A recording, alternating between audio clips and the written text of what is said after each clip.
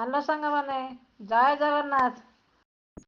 ଅତସୀ କୁସୁମଂ ଶ୍ୟାମଂ ପଦ୍ମାକ୍ଷ ପୀତବାସସଂ କଦମ୍ବ ମାଳିନଂ କୃଷ୍ଣ ଧ୍ୟାୟତାଂ ନାସ୍ତି ଦୁର୍ଗତି। ହରେ ମୁରାରେ ମଧୁକୈଟହାରେ ଗୋବିନ୍ଦ ଗୋପାଳ ମୁକୁନ୍ଦ ସୌରେ ଯଜ୍ଞେଶୁ ନାରାୟଣ କୃଷ୍ଣ ବିଷ୍ଣୁ ନିରାଶ୍ରୟ ମାଂ ଜଗଦୀଶ ରକ୍ଷ। ହରେ ମୁରାରେ ମଧୁକୈଟହାରେ ଗୋବିନ୍ଦ ଗୋପାଳ ମୁକୁନ୍ଦ ସୌରେ ଯଜ୍ଞେଶୁ ନାରାୟଣ କୃଷ୍ଣ ବିଷ୍ଣୁ ନିରାଶ୍ରୟ ମାଂ ଜଗଦୀଶ ରକ୍ଷ।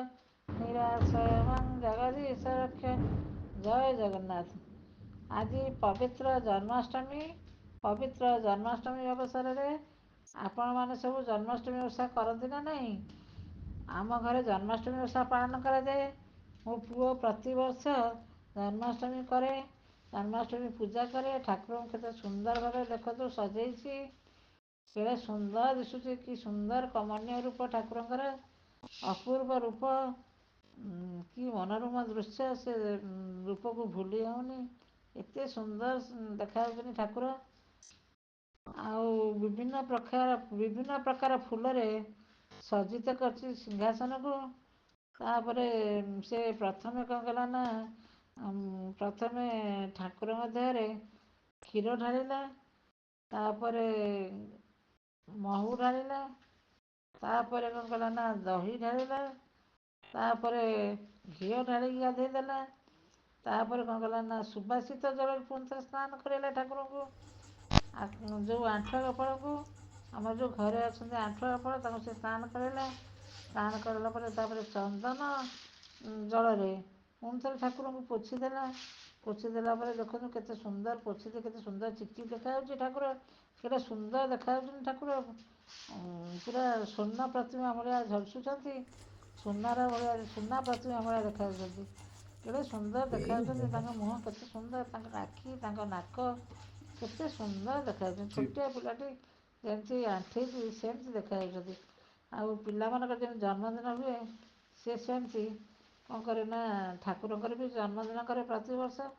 ତାପରେ ଏଠି ବିଭିନ୍ନ ପ୍ରକାର ଭୋଗ ସବୁ କରିଛି ଠାକୁରଙ୍କୁ।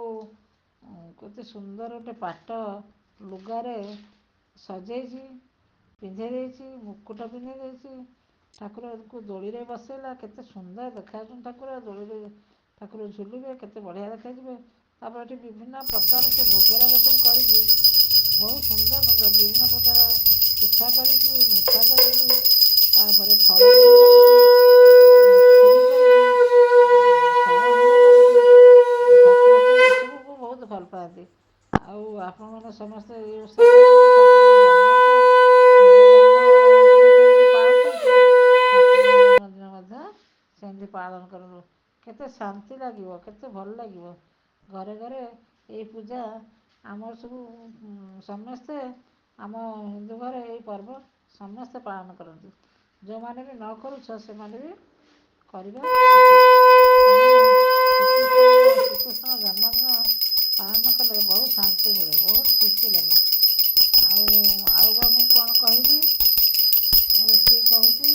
ଆପଣମାନେ ସମସ୍ତେ ଭିଡ଼ିଓଟିକୁ ଦେଖନ୍ତୁ, ଆରମ୍ଭରୁ ଶେଷ ପର୍ଯ୍ୟନ୍ତ ଭିଡ଼ିଓଟିକୁ ଦେଖନ୍ତୁ, ମନ ଦେଇକି ଦେଖନ୍ତୁ। ଠାକୁର କେତେ ସୁନ୍ଦର ଭାବରେ ପୂଜା ହେଉଛନ୍ତି।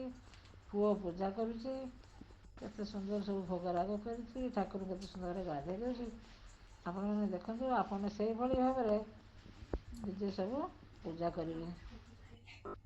ରହୁଛି, ଥ୍ୟାଙ୍କ ୟୁ।